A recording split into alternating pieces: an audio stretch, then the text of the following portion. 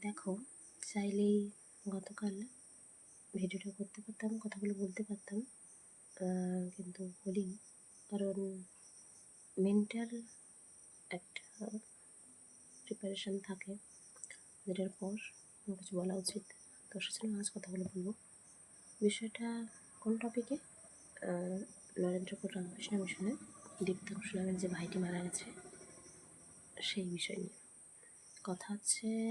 ওখানে অনেক আগে থেকে অনেক কিছু ষড়যন্ত্র চলছিল, পরে চলবে নাকি জানি না। তো বিভিন্ন কিছুর ভিত্তিতে আমি আগে লিখবো বা বলবো ভাবছিলাম, যখন শুভর মাথা ফেটে যায়, শুভর যখন খুব খারাপ একটা অবস্থা চলছিল। শুভ হলো আমার এক ভাই, কোন ভাই কে ব্যাপার ও ডিটেলস আমি কিছু বলছি না, এমনকি শুভটাও ডাক নাম। যেহেতু ও এখন সেখান থেকে পড়ে বেরিয়ে যায়নি বা অন্য কোনো স্কুলে ট্রান্সফার হয়নি, আরও বেশ অনেকগুলো ক্লাসও বাকি আছে, তো সেই কারণে আমি একটু প্রাইভেসি মেনটেন করে ব্যাপারটা বলছি।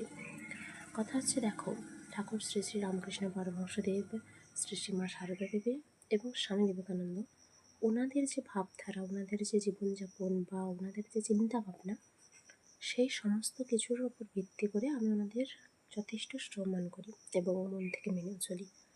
তো এমন অনেক সন্ন্যাসী বা সন্ন্যাসিনীরাও আছেন যারা পরম শ্রদ্ধেয়, যাদের সান্নিধ্য পাওয়ার সৌভাগ্য হয়েছে আমার। ওনাদের বিষয়ে কিছু বলা মানে কী বলা যায়, মানে নিজের দুঃসাহসিকতা দেখানো, সেসব কোনো কিছু করার আমার ইচ্ছে নেই। আরেকটা বিষয় আছে যে আগে যে কোনো কিছু প্রথম যখন হয়, তারপর সেটা যখন একটু ভালো নাম ডাক হয় তারপর দেখবে এমন কিছু কিছু মানুষ আসে, সেটা সাধারণ মানে গৃহস্থ কেউ হোক, ত্যাগী কেউ হোক, নাম ভাঙিয়ে খায়। ঠিক আছে, মানে মুখে অনেক বড় বড় কথা বলছে, অনেক কিছু বলছে, কিন্তু উল্টো দিকে হয়তো নিজের পকেট ভারী করে ধান্দায় করছে।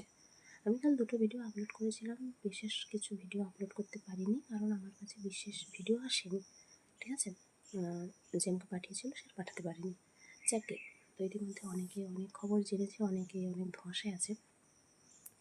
সত্যি বলতে কি, কিছুজন যেমন ভালো আছে, কিছুজন মানে এমন চরম দুর্নীতির শিকার হোক বা চরম দুর্নীতিতে যুক্ত থাকুক যে তারা মুখ খুলবে না, তারা কোনো মানে স্টেপ নেবে না, কিছু করবে না।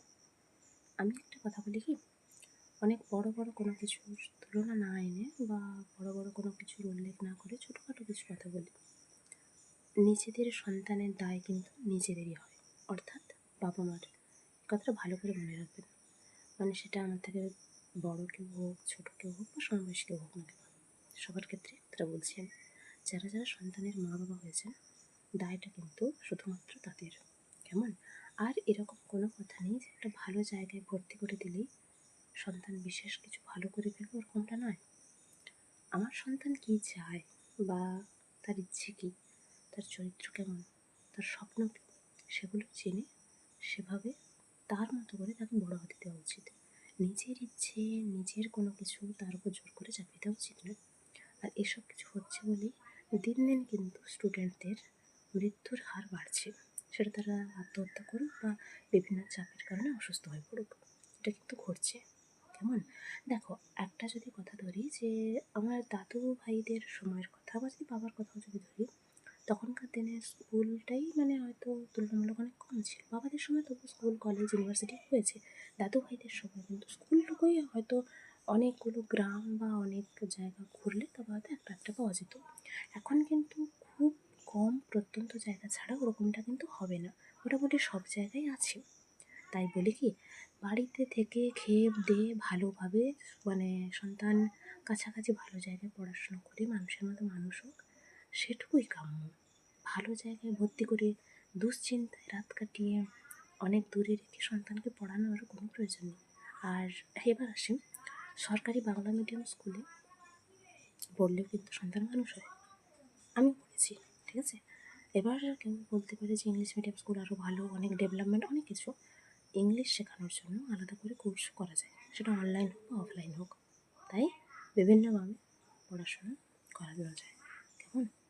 এটুকু অন্তত নিশ্চিত থাকুন যাতে সন্তান বেঁচে থাকে।